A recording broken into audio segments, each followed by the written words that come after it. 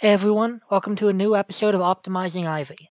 Today I'll be covering the non-healing uses of Ivy synthesis, which can be used to produce a Windbox in addition to the healing properties that I covered in a previous video. The Windbox, which appears in-game as this golden glow moving outwards from a character model in all directions, appears on frame 2 and is out for a total of 2 frames. While how strong the Windbox is varies on how close you are to Ivy when it appears, it always has a few consistent properties that are really important to understand. After the character is pushed back by the Windbox, they lose all momentum that they had before, be that from their aerial momentum drifting towards Ivy of their own control, or being hit in that direction by an attack, but they remain in whatever state that they were before. What that means is that while the Windbox is pushing them and halting their momentum, if they were in the middle of a move, they continue that move. If they were helpless after using their up B, then they remain helpless and they're not able to act again despite being pushed. And they will still remain, if they're in hit stun, they still remain in the same amount of hit stun, which is really important for something that we'll go over in a little bit. As I covered in my first Optimizing Ivy video, Synthesis can also be both edge cancelled and will land cancel if used not too close to the ground before landing. The Windbox has relatively few uses on stage, but there are some specific situations where they come in handy. In addition to affecting other characters, it will also push away items, meaning that it's possible to do things like Windbox links bombs back in his direction, or knock Olimar's Pikmin away from Ivy if they're no longer being actively controlled by Olimar. Its other main use on stage is as a combo extender after weak fair, which places the opponent in a lot of hit stun relative to the amount of end lag that Ivy's in afterwards. And so as you can see here, Mini will pop up the other player with fair and then cancel their upwards momentum from the fair using Windbox, which keeps them close to him while still in hit stun, and he can conveniently follow up afterwards.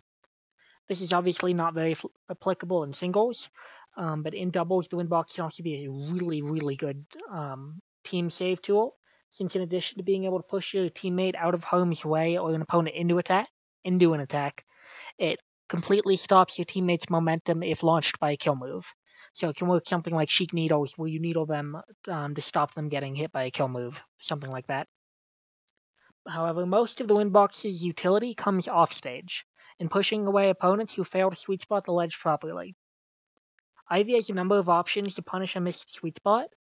with things like Mock Fair or Down Smash being especially common options, but all of them have the potential to be SDI'd and teched against the wall, which can throw off your edge guard and give them another chance to recover, especially against a character with a strong enough recovery to have another chance. A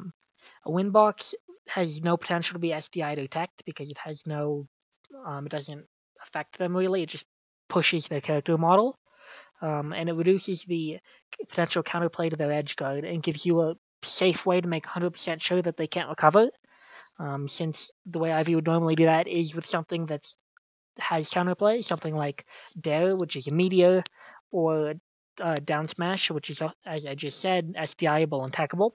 Windbox is a safe way to make sure that you're not risking giving them a second chance by accident while confirming the kill.